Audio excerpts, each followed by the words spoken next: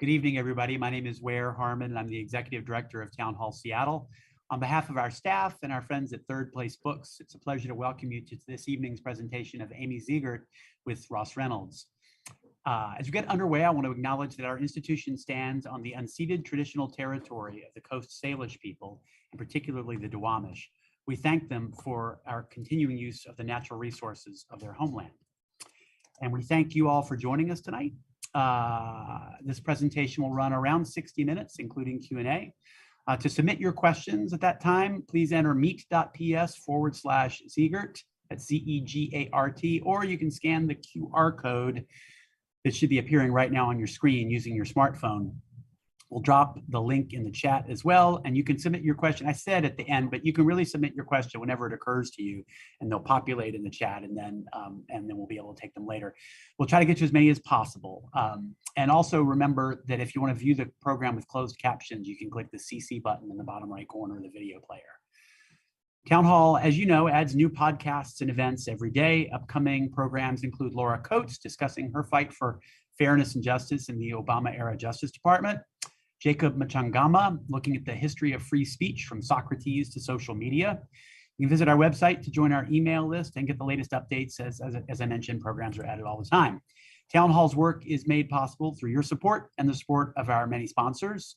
Civics programs in particular are supported by the Real Networks Foundation and the True Brown Foundation. As you probably know by now, Town Hall is also a member-supported organization. I want to thank all of the members joining us for tonight's event. If you share their vision, Town Hall's vision of a community that's strengthened by discussions of civics, science, and the arts and culture, where everyone has a voice, we hope you'll consider supporting us through your donations or by becoming a member yourself. And just as important, if not more so, frankly, you will certainly want to go deeper into tonight's topic by purchasing your own copy of Amy Zegart's book. Please use the link in the chat below to pick up yours through Third Place Books and not through some other online vendor.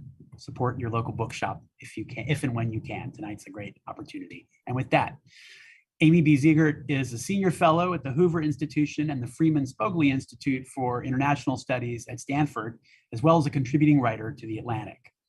Her books include 2007's Spying Blind, the CIA, the FBI, and the Origins of 9/11. In 2018, with former US Secretary of State Condoleezza Rice, Political Risk, How Businesses and Organizations Can Anticipate Global Insecurity. And in 2019, with Herbert Lin, Bites, Bombs, and Spies, the Strategic Dimensions of Offensive Cyber Operations. Ross Reynolds, meanwhile, was until early January, KUOW's executive producer for community engagement. Before that, he was an on-air host for, I think it's 16 years at the station, maybe more. He's also a member of an elite pantheon, at least to us. He's a Town Hall MVP with, I believe, approximately 20 on-stage or on-screen appearances here to his credit. Grateful to Ross for being a part of our community here. Amy Zegart's book, Spies, Lies, and Algorithms, The History and Future of American Intelligence, is the subject of their discussion tonight. Please join me in welcoming back Ross and in welcoming Amy Zegart. Great to talk to you this evening, Amy. You write that not since electricity has a breakthrough technology ushered in so much potential promise and peril to the US spy agency intelligence gathering. I want to kind of break that down. As we'll talk about in a moment, a lot of people don't understand what intelligence gathering involves. So what do we mean by intelligence gathering? What is it, and to what end is intelligence gathered? Well, Ross, let me just start by saying I'm really honored to be with the MVP of Town Hall. And I wish we were there in person. I'm glad we're together on Zoom. And I want to thank you for joining me in conversation. I want to thank Town Hall for having me. What is intelligence? It's actually more complicated than it might seem. The most simple way to think about intelligence, it's not just information. It's information that gives policymakers what they call decision advantage. So any information that helps US policymakers anticipate threats or opportunities around the corner, understanding what others are doing better and faster, gives them more options, gives them more time, and it gives them decision advantage. So intelligence could be something that's publicly available. In fact, most intelligence is publicly available information. It's not necessarily secrets. It sounds like it should be what, in a way, what journalists do. It should be presented without fear or favor, just the facts. Absolutely. And one of the misperceptions I think that I hear from my students at Stanford is that intelligence is policy or intelligence is political. It's not supposed to be either of those things. Intelligence is supposed to be ground truth as best as officials can figure it out, and it's in service of policy. So intelligence officers are not supposed to walk into the Oval Office and say, Mr. President, this is what we think is going on in Ukraine. And for that reason, we think you should do A, B, and C. They just provide the information in support of what the president decides to do. Well, it looks like part of the reason you wrote this book is that you say Americans are woefully ignorant about intelligence gathering. And in the book, you actually quote some surveys that show some of those misconceptions. What are they and how do we come by them? Well, Ross, I actually started writing this book, a different book. I was only going to write about sort of intelligence 101, everything you wanted to know, but were afraid to ask. And I ended up writing also about intelligence 2.0, the technology challenge. And I know we're going to get to that. But I started writing the book because I taught a class at UCLA about intelligence. And I thought I was going to get protesters. There were a lot of controversies in the news. And instead, I didn't get protesters. I had standing room only. And so on a lark, I surveyed my students and I asked them what they knew about intelligence and I asked them their entertainment viewing habits. And lo and behold, the survey results come back and I find out my students know almost nothing about intelligence, and what they do know they get from spy-themed entertainment. And those students who said they frequently consume spy-themed entertainment were statistically more likely to support waterboarding, to support aggressive counterterrorism techniques. And so this got me started on the path, and I did national polls. And what I discovered was that spy-themed entertainment had become adult education, influencing how the public thinks about intelligence, fueling myth about intelligence, and even influencing how policymakers reason through real intelligence policy challenges.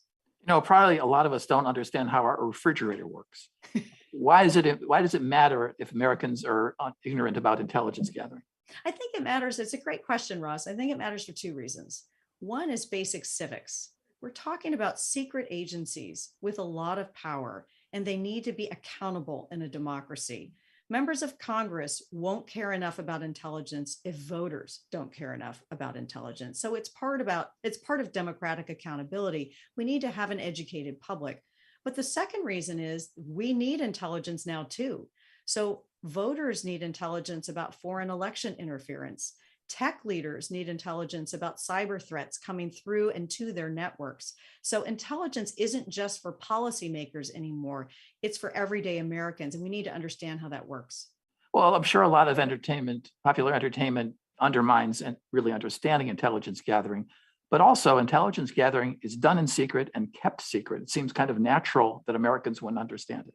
Yeah, part of the problem is that these intelligence agencies, and there are 18 of them, we typically only think about the CIA, but there are 17 other intelligence agencies in the federal government. They have a secretive, reflexive crouch. So one example, I invited folks from the CIA to guest lecture in my class and do a simulation, and they came with someone from public affairs. This was an outreach effort, right?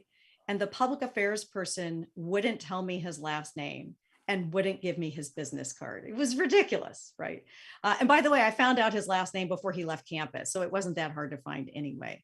So intelligence agencies need to be more forward-leaning about telling people what they do without compromising secrets, but interacting more with the American people, because they have to be understood to be trusted.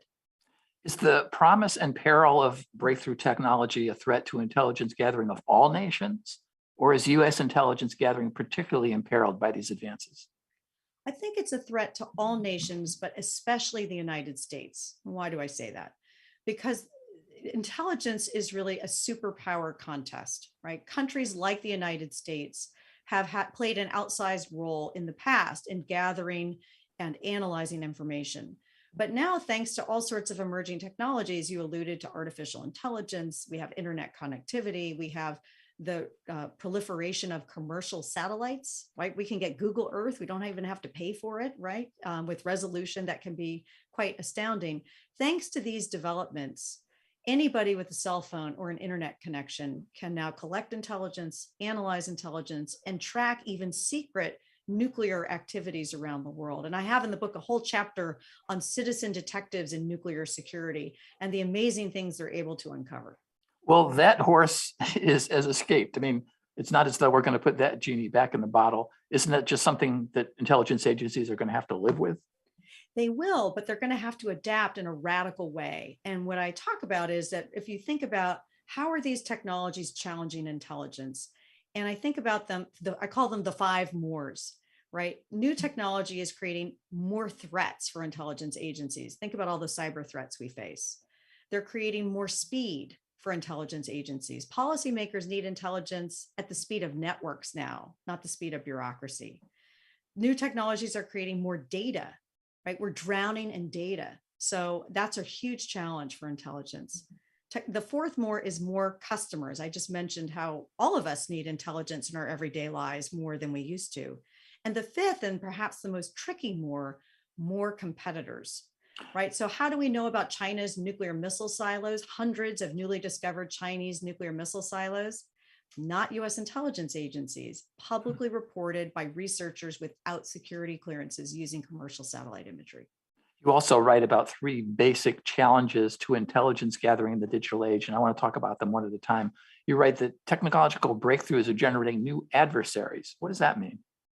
So we think about who can threaten the United States. It used to be, right, in the old days, not that long ago, that 2 things protected this country in particular: power and geography. We were separated from bad neighborhoods by 2 large oceans and were blessed with peaceful neighbors to the north and to the south of us.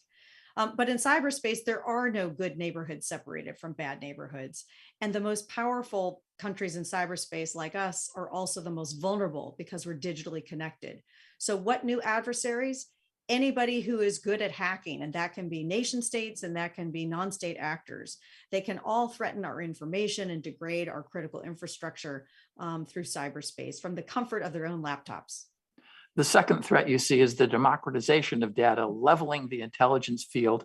We think of democratization as a good thing, but you say this is not a good thing. Why is that? It may not be a good thing because what it means is that we're losing decision advantage relative to other countries. So it used to be it cost $1 billion to create and launch a spy satellite. Well, now you don't have to be a country with a lot of means. You could be a weak state, a failing state, a poor state. Think North Korea hacking Sony Pictures. North Korea is one of the poorest countries in the world, but North Korea now has the technology to threaten us through cyberspace and to collect intelligence about what we're doing by using all of this openly available information. And so it means that our superpower status confers less of an intelligence advantage in this world. It's not all bad news, I hasten to add. There's some good news in here about being able to harness this open information. But as a general matter, US intelligence agencies are less ahead of the curve than they have been in the past. I'm speaking with Amy Zegart, a author of Spies, Lies, and Algorithms. This third threat you point to is that intelligence gathering in the digital age is secrecy. You're saying there's not enough secrecy. Why is that a problem? Well, I think there's both too much secrecy and not enough secrecy. So the Director of National Intelligence just recently gave a public speech about how too much secrecy is hurting policy. Too much is classified. Too much is not able to be shared even within our government. So we are awash in over classification. And that means that why do we have problems connecting the dots? Because the dots get marooned in different bureaucracies that can't share. So on the one hand, there is too much secrecy. On the other hand, in some cases, we don't have enough secrecy. So I asked my students to imagine a Cuban Missile Crisis taking place today on Twitter, right? That should get you a little scared, because we know the real Cuban Missile Crisis, there were two things that were crucial for averting nuclear war: time and secrecy to compromise. Secrecy enables face-saving exits, de-escalation in times of crisis. In fact, the deal between Kennedy and Khrushchev was so secret, they traded missile removal, right? The Soviets withdrew their missiles from Cuba. The Americans withdrew our missiles from Turkey. And that deal was secret for the next 25 years. So now imagine we've got a Cuban Missile Crisis today playing out on Twitter. No secrecy, no time to compromise. Much more, I would argue, much more unstable, and the risk of escalation is greater. That's very interesting. Can you think of a recent example where that might have been a problem, where there was not enough secrecy and social media was driving the politics, which was driving the intelligence? Well, I think we have a near miss, and the near miss is called the raid on Abbottabad to get Osama bin Laden. So we know from public reporting that the Pakistani military did not see our SEAL team coming, right? This is a highly classified covert action led officially by the CIA, but SEAL team members are risking their lives to go get bin Laden. So the Pakistani military did not see us coming, but a local resident in Abbottabad, an IT consultant, did. He heard strange noises outside his bedroom window, and he ended up live tweeting the entire operation. So now imagine the operational security considerations you have to contend with when your most classified military activities could be blown because of people live tweeting what they're hearing outside their window. But doesn't live tweeting just create more noise, not necessarily more signal? It's possible it could create more noise, but if you're the architect of a military operation where people are risking their lives, you don't want a chance that it could create only noise and not just signal. One of the problems you look at in intelligence gathering, and you point out in your book, Spies, Lies, and Algorithms, was we used to be able to see the threats coming. For example, today, we're aware of a Russian military buildup threatening an invasion of Ukraine, which could take place within weeks of today. But are there threats in the current crisis in the Ukraine that we're not able to see because of these threats to intelligence gathering? I think cyberspace is an area where it's hard to see the threat coming. You know, it's like that bad movie where the bad guy's in the house the whole time and you only discover it at the end.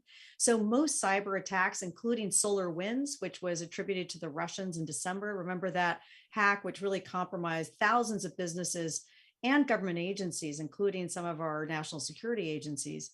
That hack, that penetration was detected long after actually the penetration had occurred. So the median time from a breach to when it's detected is several months. So when we think about, we don't see it coming, we don't even see it coming till after it's already happened. And that's a big challenge in cyberspace. Now, some people listening to us might think that the more people know about what's going on, the less secrecy, the better. And they might point to groups that have revealed confidential information and put it into the public realm. What's your response to them when they say, if we're all watching and we all know, it's just more eyes and people will be more careful and we'll be better? I think it's really important to balance secrecy with transparency. That's always a hard balance with these agencies in a democratic society. And sometimes we don't get it right. Sometimes our agencies are far too secret, and that leads to excesses, which we certainly saw in the 50s and the 60s and the 70s, pretty dark period of time where our intelligence agencies were spying on Americans illegally. And sometimes it goes the other way, where too much is revealed, and that compromises really important collection programs that are designed to advance national security. So it depends on the moment, and I think it's a constant dialogue. And it gets back to the question of civics and voters actually paying attention and caring to these issues, because Congress is going to reflect the will of the voters. And ultimately, these intelligence agencies have to reflect the law of the land. And so it really gets back to democratic accountability. Can professionals in intelligence gathering do their work in an entirely unbiased, nonpartisan way? They're people like everyone else. They have their own agendas. Maybe they don't bring it into their work, but they also have bosses that must be appeased, and their bosses have bosses. How do we keep it neutral and just information? Well, I think our military has this same challenge too, right? They have to serve whoever the president is. And there is a cherished value in the intelligence enterprise. Look, I look at intelligence from the outside in. I liken myself to an anthropologist who goes to a distant land to study this rare and secret people called intelligence officers. But from my vantage point, there is a very strong cultural norm of speaking truth to power. And that is, intelligence officials have a duty to tell people, to tell policymakers information they may not ask about and they may not want to know. Now, that can be really hard to do, but that's what they're trained to do. But when I hear you talk about bias, what intelligence officers talk about a lot isn't political bias, it's cognitive bias, right? Right. It's the mental shortcuts that lead all of us to make analytic mistakes, like Iraq WMD, for example. And how do intelligence people check those kind of things that we all have, those that cognitive dissonance that we just don't think clearly in some ways, and we're not aware that we're not thinking clearly? Did they address that head on when it comes to analyzing information? They do, and with sometimes more successfully than others. So there's a lot of training, and there's a lot of innovations since Iraq WMD, for example, with red teams. So these are in-house dissenters designed to scrub every assumption so that we all bring analytic biases to the topics that we look at. I mean, I'm a victim of optimism bias. I think the Niners are still going to win the Super Bowl, right? So, but intelligence officers are people too. So first you have to make those biases explicit, and there's training to do that. And then there are all sorts of other ways, like red teams and like devil's advocates, to try to get more eyes, more analytic perspectives on a very hard question. I'll give you an example related to bin Laden. So there's this fateful meeting with President Obama and his intelligence leaders. And the question is, they have this information that there's a guy they call the pacer walking around this compound, and they don't have any DNA evidence, no clear identification. Is the guy bin Laden? That's the question. And President Obama goes around the room, and the intelligence officials have to give probability estimates. Is he or isn't he bin Laden? And the estimates range from 40% they think it's bin Laden to 95% they think it's bin Laden. Same intelligence, different interpretations of the intelligence. Why? It's a question I asked in my book. As best as I can tell, the answer is availability bias, right? So your estimate of how probable something is in the future depends on your experience in the past. People who had counterterrorism successes recently gave the probability estimate at the higher end of the spectrum. They thought that it was bin Laden. People who had lived through Iraq WMD and that failure were at the lower end of that estimate, the 40% estimate. How do you sort that out? I mean, how do you sort of figure out who's got the biases and make sure that you don't have them involved in the final decision?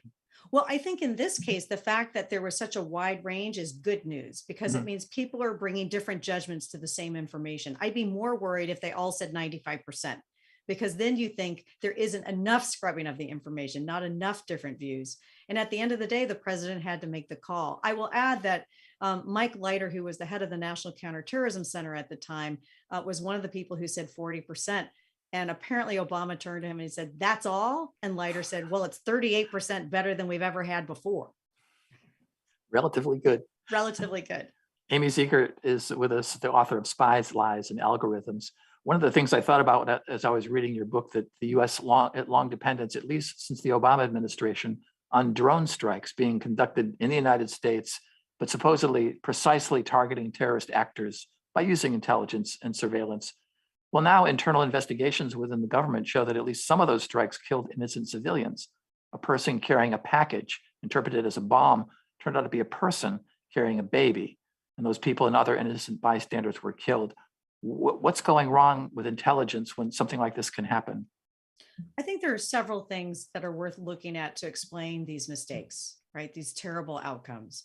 One is, it's hard for people to realize when you're talking about drone footage, you're not getting a video reel like a movie reel. You're looking down through a soda straw. So when it's an unnatural vantage point to view things on the ground. So it's actually not clear, is that a rake or is that a rifle when you're looking from directly above? So you can imagine how the footage actually isn't as clear as you might think it is, and mistakes could be made with identifying what's going on the ground. That's sort of one part of the challenge. But the second part of the challenge is, what happens when government organizations grade their own work? So it's not just that these terrible outcomes happened, it's that why were they hidden from view? Why were there not corrective standard operating procedures taken? It doesn't appear that there have been. And that's what happens when you have Pentagon organizations grading their own work. You have to have independent judgments of these kinds of activities. And I think, we see the same thing with Afghanistan and the fall of Kabul. Why did the Pentagon intelligence agencies have such rosy assessments of how long the Afghan government would last? Grading their own work. CIA, much more pessimistic. They were more independent from the Pentagon.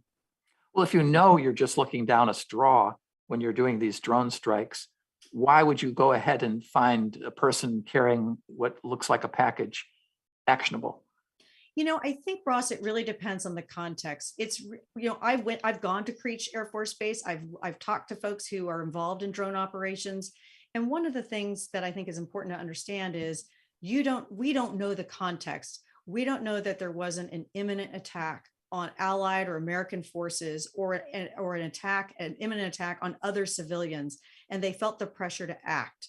So it could be that this was just an egregious error in the case you mentioned, but it could be that there's really important context that led to the speed of the decision, and that's what was at play here. We do have Congress overseeing intelligence gathering. You took a look at that and you say it's failing. And I wonder if you could explain why, and also give us some of the history of this, because intelligence gathering has been under congressional oversight for a while. Actually, I don't even know how long it's been under congressional oversight. When did that begin in the history of intelligence gathering? So I'll give you sort of the early history was until the 1970s. That's sort of the dividing line. And before the 1970s, there really was almost no oversight. Oversight was, and I'm not exaggerating, a couple of hours a year spent by a few members of Congress preferring not to ask questions and not get answers. That's how they describe the oversight process. And then we have these abuses revealed by great journalism in the 1970s. And what happens? The creation of these House and Senate Intelligence Committees. So better than it was before, but still not great. Now, why is that the case? So I spend a lot of time in the book actually tracing oversight over time and looking at data about number of hearings held and how oversight has worked. And the bottom line is members of Congress don't get rewarded for overseeing intelligence well. What do you mean by that? Don't get rewarded? What the rewards that count most for a member of Congress are re-election. Okay. So imagine you're a member of Congress. There's no industry at home in intelligence really that you have to care about. If you're a member of Congress from Iowa, you better care about farming or you're not going to get reelected. There's no Iowa for intelligence, right? So there's no incentive for members to learn about intelligence before they walk in the door. Most members of Congress have no experience with intelligence either, so they have to learn. But can I challenge you on that point you just made? I mean, Frank Church had a committee that investigated intelligence agencies and kind of made a name for himself with that. Well, why do you say there's no reward for delving into intelligence issues? So I think Frank Church is a great counterexample. He was one of the few who really devoted a great deal of attention to intelligence, and he definitely improved it. And we see members of Congress like that in both parties occasionally, but the average member of Congress, most members of Congress actually don't spend that amount of time. And in fact, members of the committee have told me, staff members, when I ask what's your biggest frustration, one said to me, members of Congress don't even come here to do their homework, because they have to leave their offices and go to a locked room to read the classified documents. And they can't even talk about what they do with voters back home. That's sobering. So it's, as Mike Hayden, former CIA director, put it, oversight of intelligence is an act of patriotism. No bridge gets built by members of Congress for serving on the intel committees.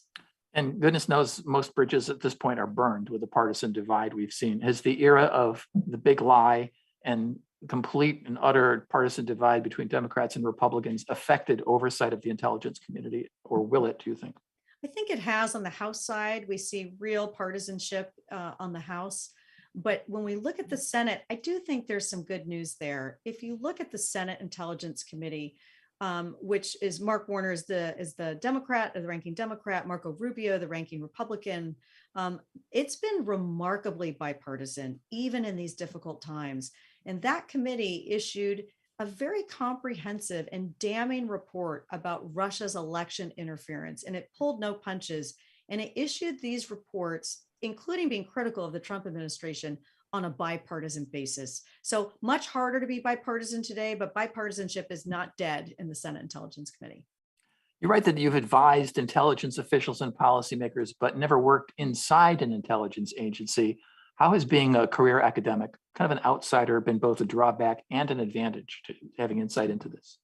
So I think the drawback is I never know the full story. So I don't have access to the classified record. And so folks on the inside say things like, well, you're always criticizing us for our failures, but our successes are secret. I said, yes, your successes are secret. I can't write about successes if they're secret. So that's a real criticism, that I only have a limited view of what's really happening. But the upside of being an outsider is that I can ask difficult questions that insiders may not want to ask or may not be rewarded for asking. We were talking before we started about the fact that I'm old enough now that I have tenure. I can't get fired for writing really unflattering things about US intelligence agencies. That's a huge benefit when you're a researcher coming in and talking about public failures like 9/11 and why they happened, and starting that conversation with folks and writing about it shortly after the worst terrorist attack in American history. So I think I have that independence and I can say those things without fear of retribution in my job. And being a truth teller within the intelligence agencies, is that a dangerous position to take? I don't know. I mean, we see this with the whistleblower in the last administration talking about intelligence, and that was of concern. There are more procedures in place to protect whistleblowers if they feel that there's wrongdoing. There are internal procedures that are supposed to channel and productively dissent. So that's one of those ones where I just don't have enough inside knowledge to know what it's like if you really have a concern about how things are happening and how that's handled.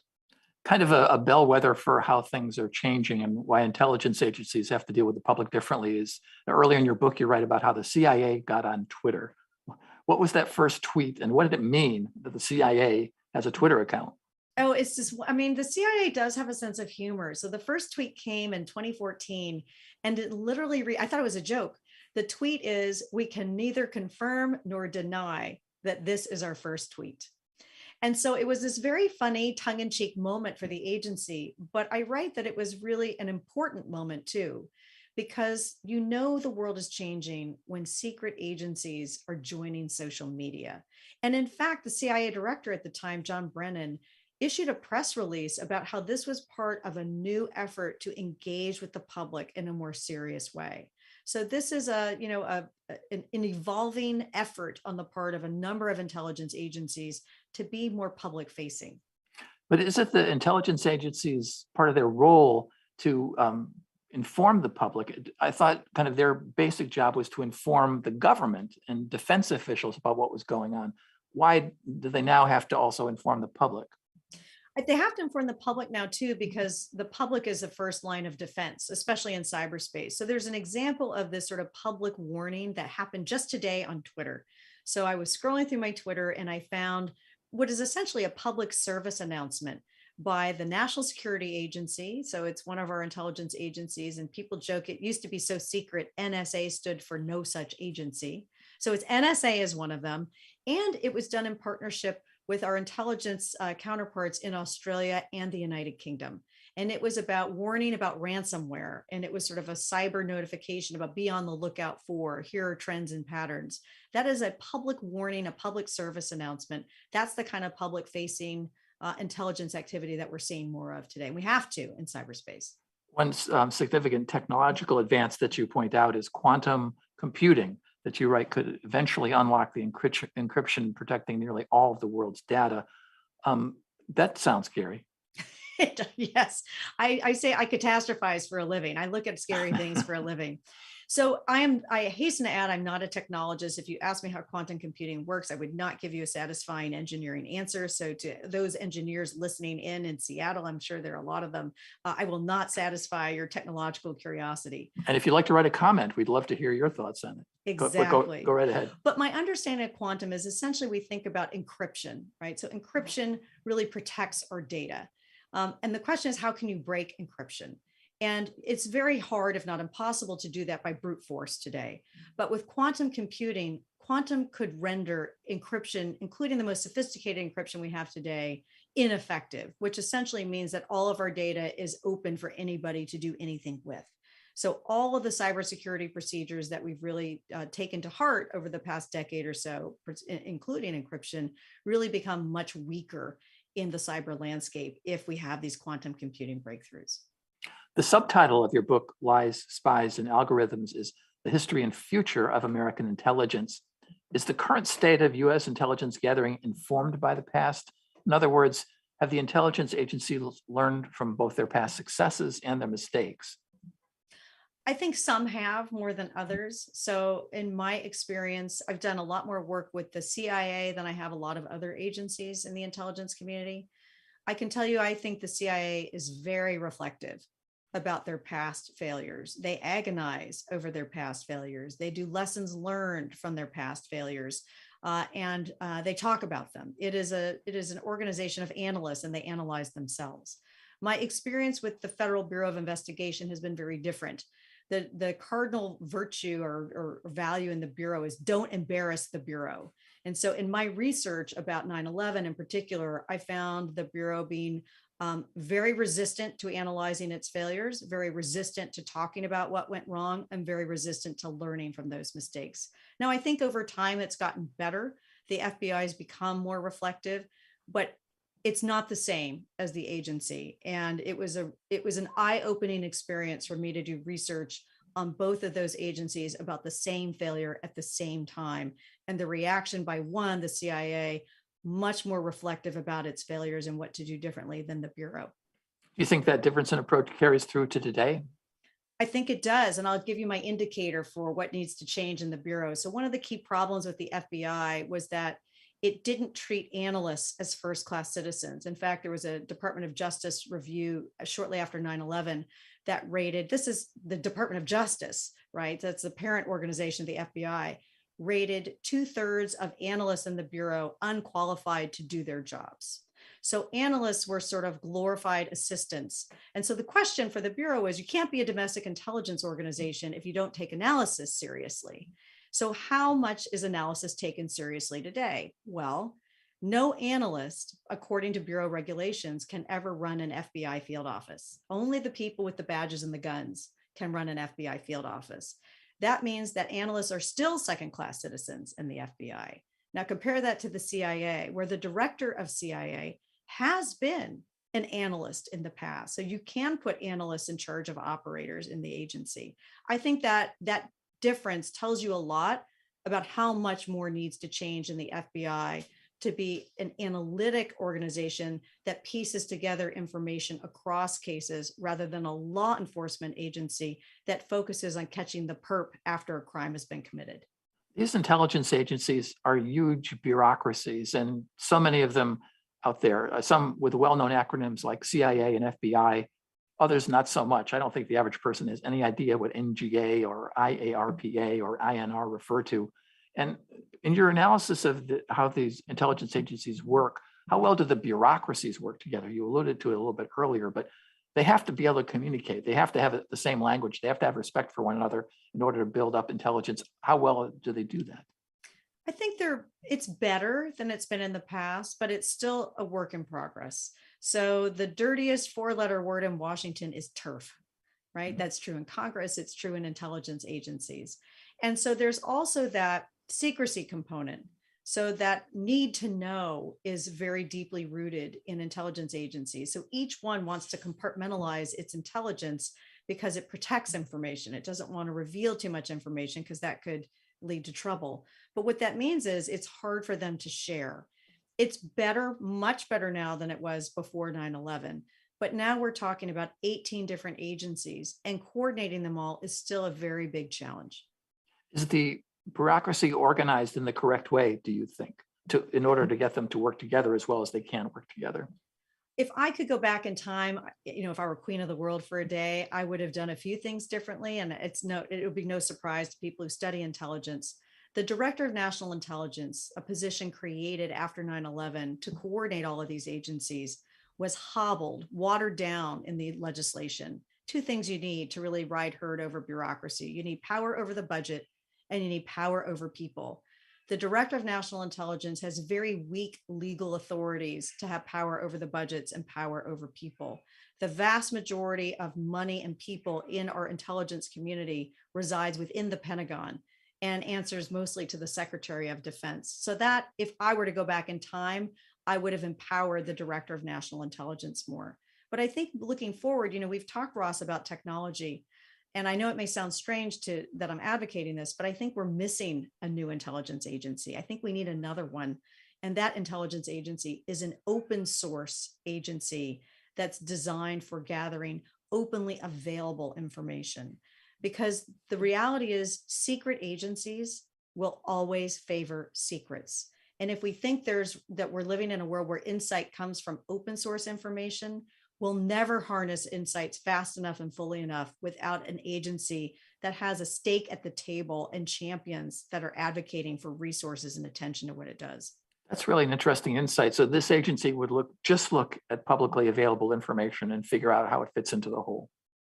Yes, it would. And I think one of the benefits of having an agency only dedicated to open source intelligence is not only are you now empowering open source intelligence, but you're giving a test bed for using new technological tools to see what works with open source intelligence. You can experiment more because it's unclassified data. And you can also draw the talent of tomorrow, because imagine now you have this agency and it doesn't have to be inside the Beltway. You could forward locate offices in places like Seattle or Silicon Valley or Austin, where the engineering talent of tomorrow wants to live. You've alluded to this, but one aspect of intelligence gathering is that we find out about the failures, the 9/11s, the Pearl Harbors, the other ones. But will we ever know about the successes, or is it just or is it that secret they can't talk about? Are there too many secrets revealed if there's a success within the intelligence community?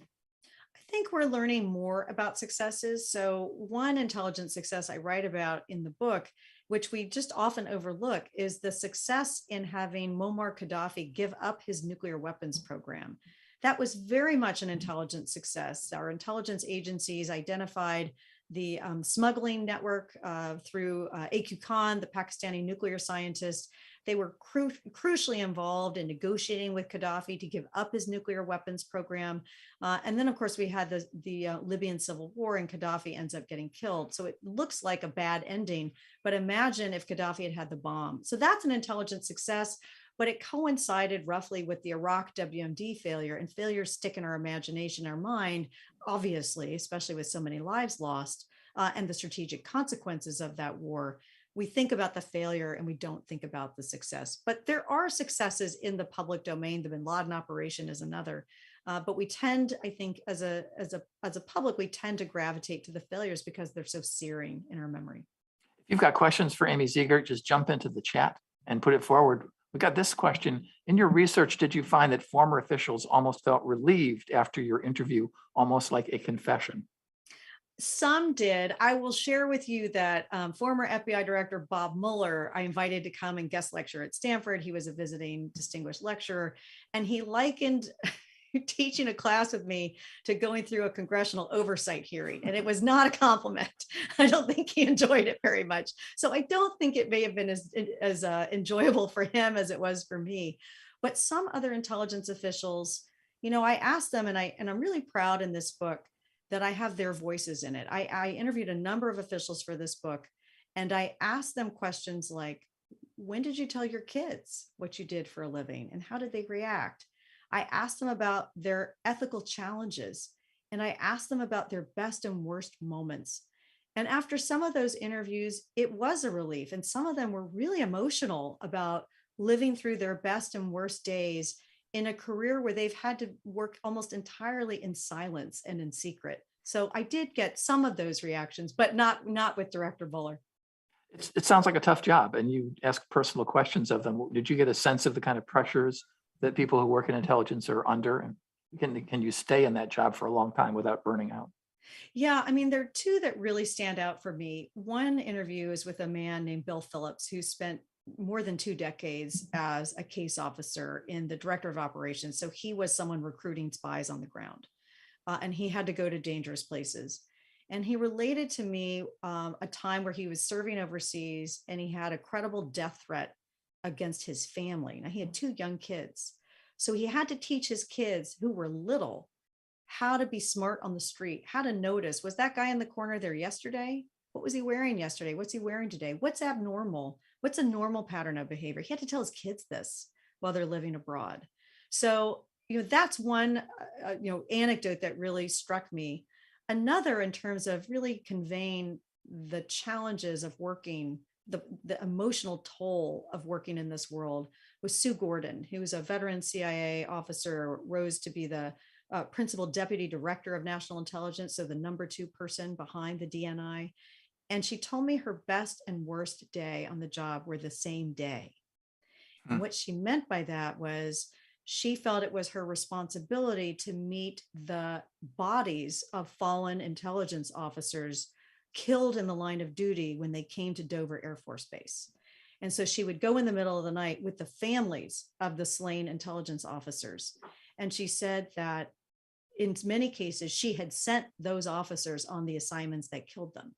And here she is, and their little kids and their families, and they're crying and they're grieving, and they're comforting Sue, and they're telling Sue that their loved one died and they were doing what they wanted to do. And she said the grace that they showed her was her best day.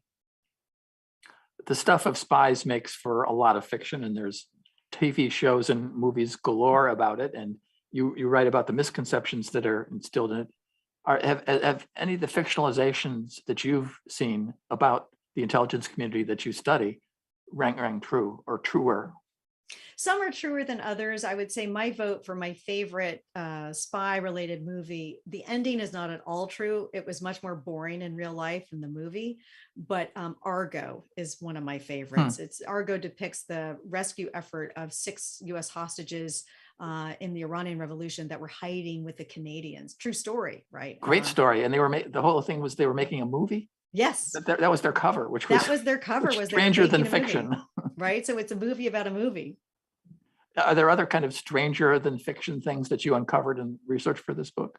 So one of my bugaboos is, is art imitating life, or is life imitating art, and where is the line?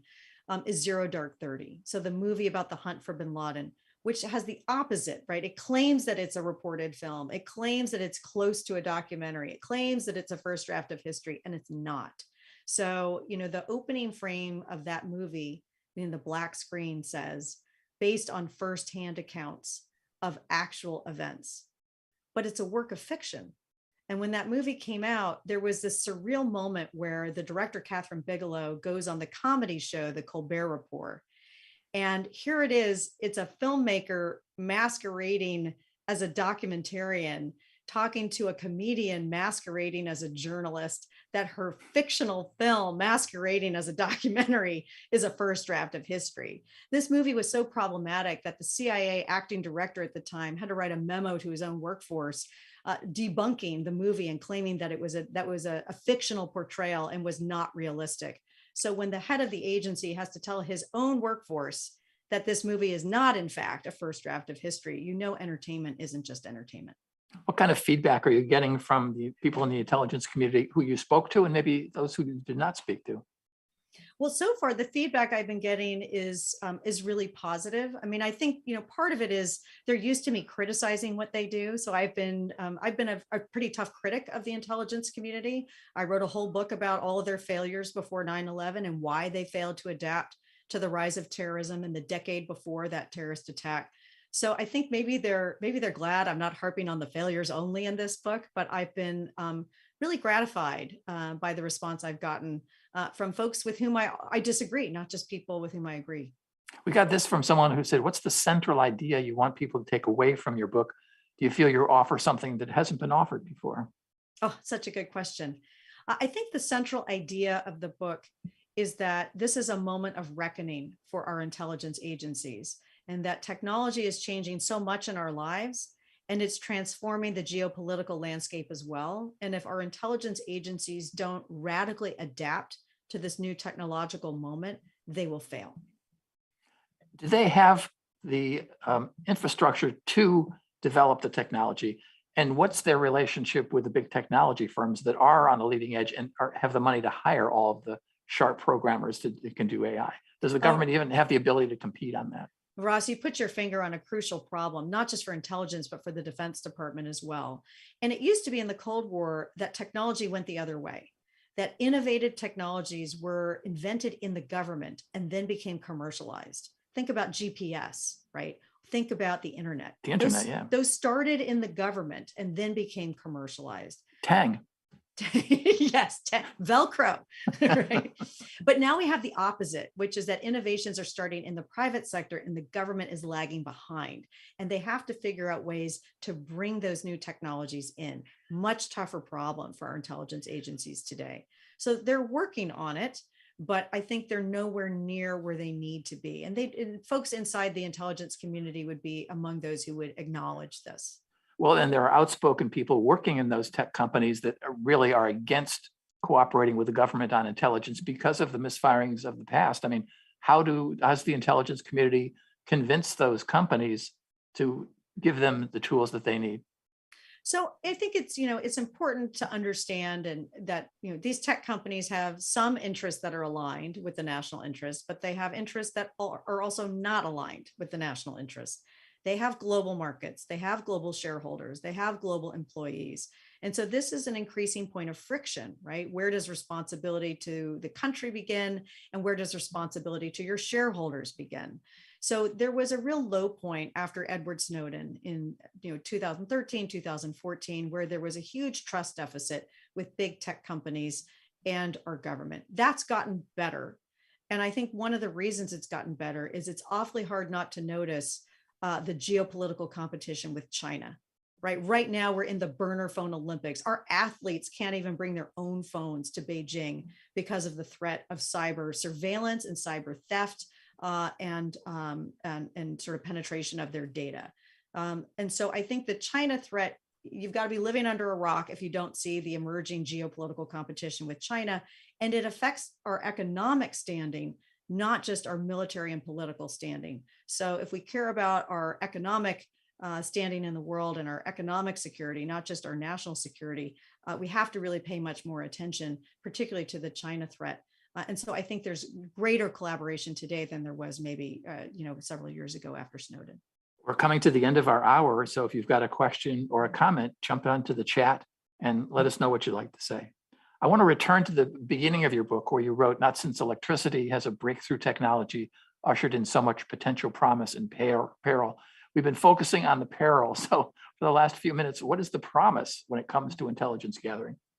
So if we think about AI for a minute, AI is, a very popular term to throw around. Let's sprinkle some AI on something and we'll solve the world's problems.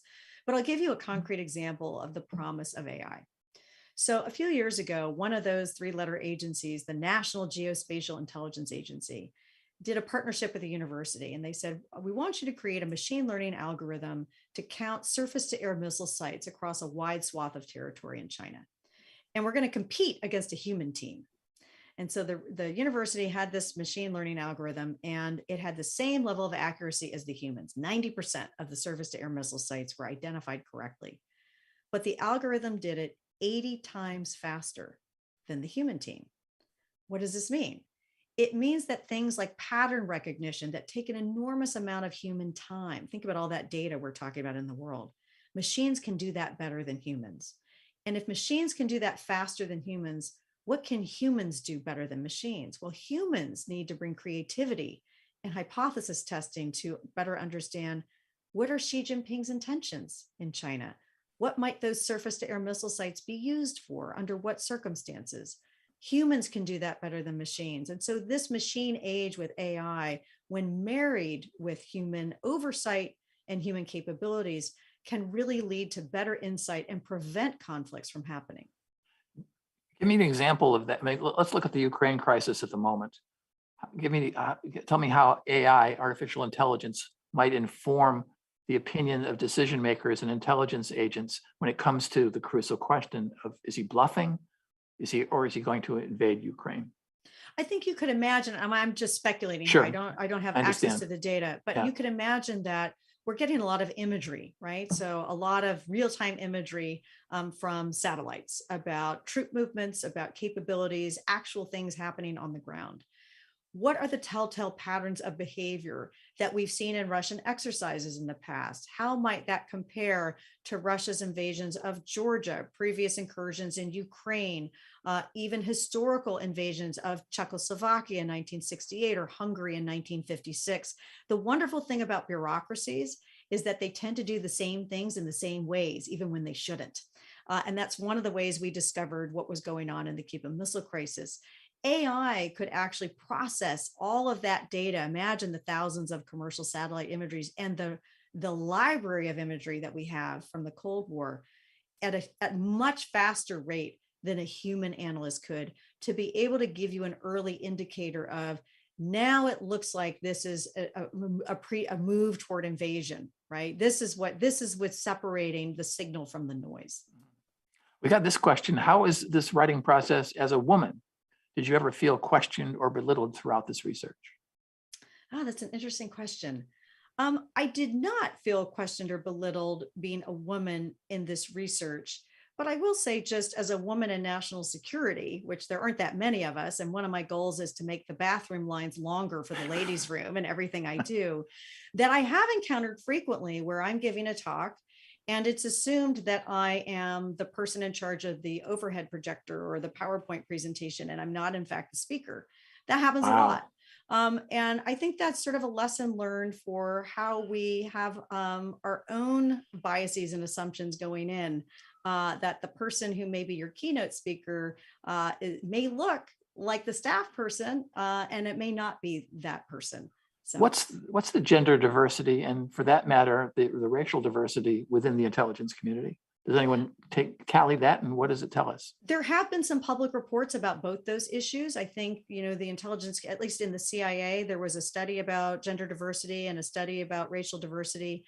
And I know the agency has been working really hard at improving both of those, and they have pretty dramatically over the past 20 years. I don't have access to those figures today, but I know it's been a high priority for a series of leaders of the agency, and they've made a lot of strides. And one of the reasons why it's so important, of course, is you want your intelligence officers to not be identified so easily. And one of the strengths we have as a country is we have people that come from lots of different countries of origin, speak lots of different languages, and we want them to blend in foreign environments. It's a huge asset that the United States has. You mentioned one agency. Are all agencies looking at this, or is this just a particular agency that's looking at it? I just don't know. Okay. I only have visibility into the CIA. It could be that other agencies are doing this as well. I just don't know. Well, suggestion for your next book. I'd love to hear about that. Amy Zegart, thank you so much for being with us today. I really appreciate you taking the time. And also, I want to remind you that the book is available for you, and it's going to be something that you'd like to look at, because we haven't really talked that much about the history. You've alluded to it a little bit. It's called Spies, Lies, and Algorithms. Thanks so much, Amy. Appreciate it. Thanks so much, Ross. Hello, I'm here now. I just wanted to say thank you so much, Ross, for leading this discussion. As Ware said earlier, you are the MVP of Town Hall. So thank you again for being here with us. And Amy, it's been such a pleasure, and I hope we have you over here in the Pacific. You're on the West in California, but here in Seattle, it would be lovely to have you in our building. Well, I would love to visit, so it's a done deal. Okay, great. Well, we'll make it happen. And to our viewers at home, please remember to purchase your copy of the book. There's a link in the chat to our friends at Third Place Books. Thank you so much, and everyone have a great evening.